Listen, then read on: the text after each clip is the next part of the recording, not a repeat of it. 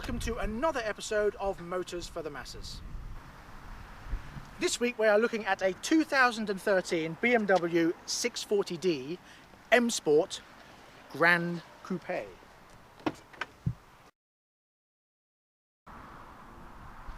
Underneath this plastic cover lies a BMW 3 litre straight 6 twin turbo.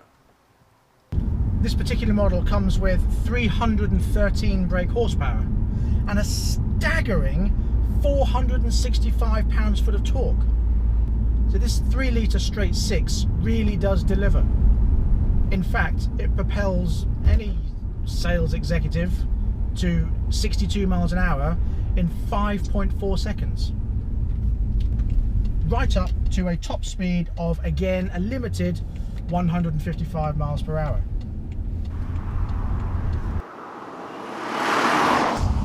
This car is beautiful to drive. It's very smooth and very quiet. You've got a heads-up display which isn't intrusive. It doesn't get in your face. It's just very subtle. Although in the sun you do have a reflection of the dashboard on the windscreen, and that can be a little bit annoying.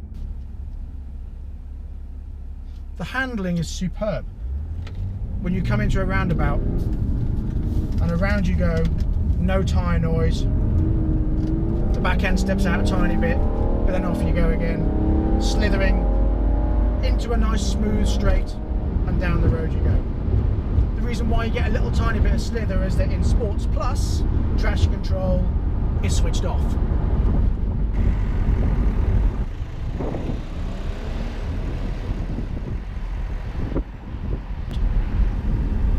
Your mode is in Sport Plus. You put your foot down,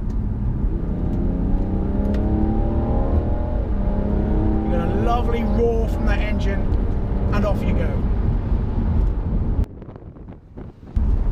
And then once you've finished, you just pop it back into comfort mode, and you're back in a nice luxury relaxing saloon again.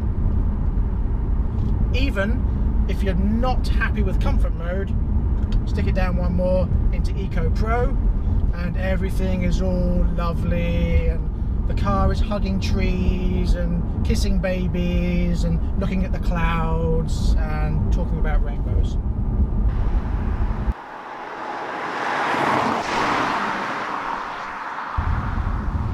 Then once again you're feeling a bit spry and a bit giddy, and you can either stick it back in Sport Mode Plus. You can hear it tighten up. Ooh, the revs get excited. Ooh, we're off. Are we ready to go? Yes, we are. Once this Jag has passed, you have a think about it.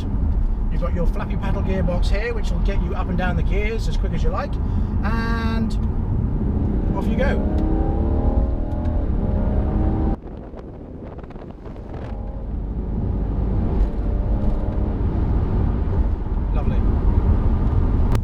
Once you're feeling economical again, this car will apparently, on paper, do 51 miles to gallon. However, obviously everybody knows these figures are exaggerated, and you don't actually get to do 51 miles per gallon unless you're driving like an undertaker all the time. Nobody drives like that. Therefore, the average is around 35 to 45, depending how you drive.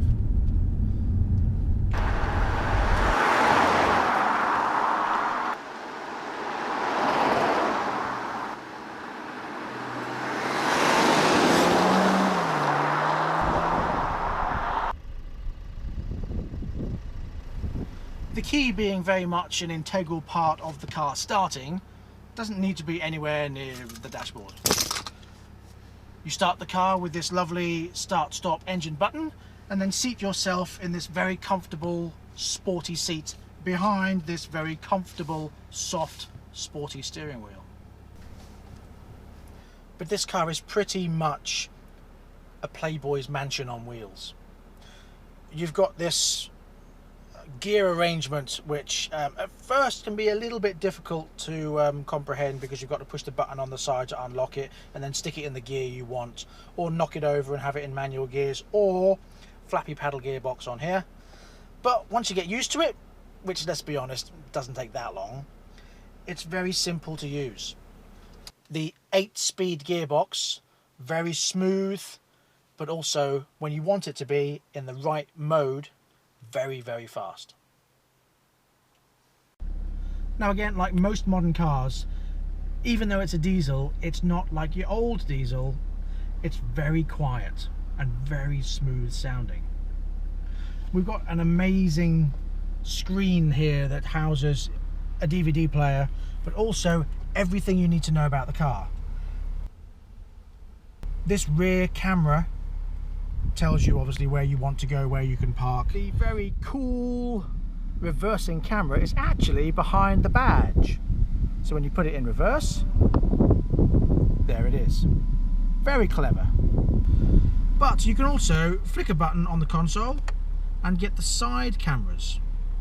In the bumper there are 2 cameras, one facing left, one facing right. The purpose for this is if you pull up to an awkward junction, the cameras will help you see what's coming because you're 4 or 5 feet away from the junction's end. Again, on the steering wheel you have multifunctions. You've got your typical left and right indicators, your wipers, and everything else to control the stereo and the telephone and the cruise control, and of course again your flappy paddle gearbox. And again you have everything controllable down here on your typical BMW iDrive. Once you've passed your master's degree in engineering and science, then you can work out how to use the BMW iDrive. You've got BMW Mobile Care, BMW Online, Internet, like the Insignia we saw last week. This also has Wi-Fi, hotline, your service and service status. Lots of different things you can do.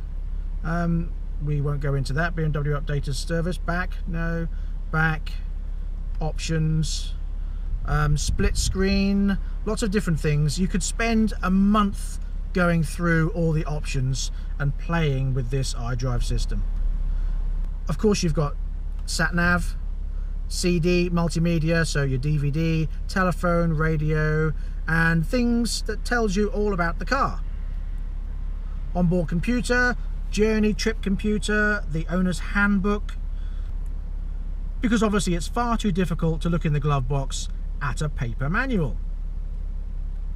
Isn't this fun? You could spend all year playing with this. Anyway, moving on. Yeah, I don't know if you can see on the camera here with a heads-up display, you can change the height of it up and down the screen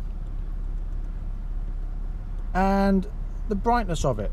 So make it brighter, make it darker.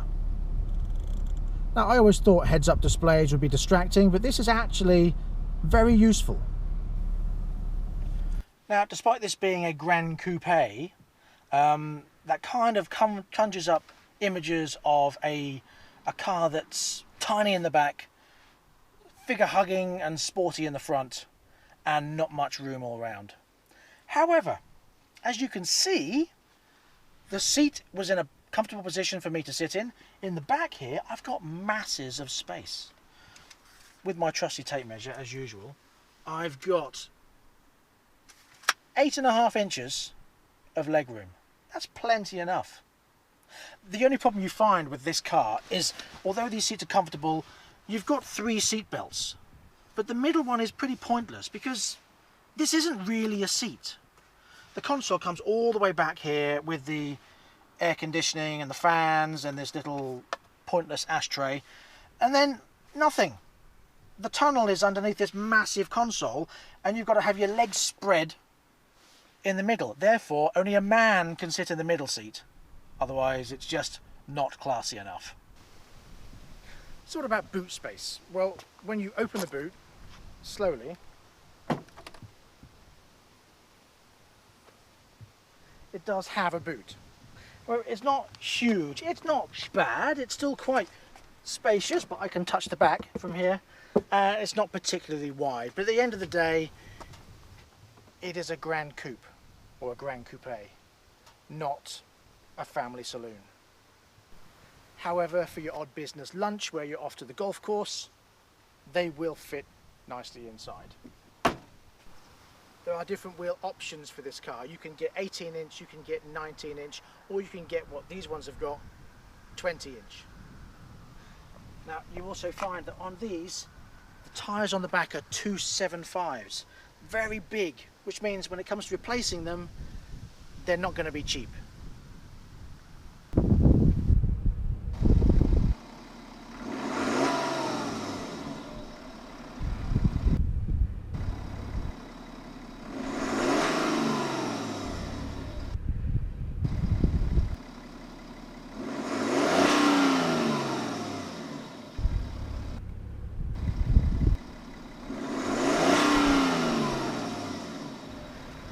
It is a massive car, standing in at 5 meters long, 2 meters wide and 1.4 meters high, weighing in at 1,810 kilos.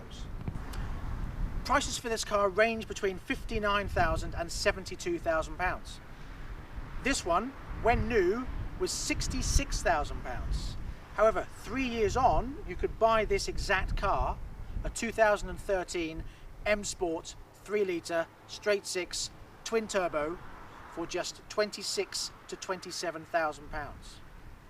That's a lot to lose in 3 years. Now the insurance group for this car is Group 50, but the tax is band F, which means coming out at 149 CO2s, you're paying for 12 months tax just £145. Now some of you may think, well, the Insignia last week was only £20. Yes, it was, but when you're paying £66,000 or even £27,000 for a 3-year-old car, £145 is nothing. Now when you compare that to the Mercedes we did a couple of weeks ago, 2006 3 litre V6 petrol Mercedes, the tax for that is £280. So this is a pretty good deal. Now I won't lie to you, I've never really been a BMW fan. I've always thought they ooze kind of self-indulgent arrogance. But I have to say, with this car, I'm sold.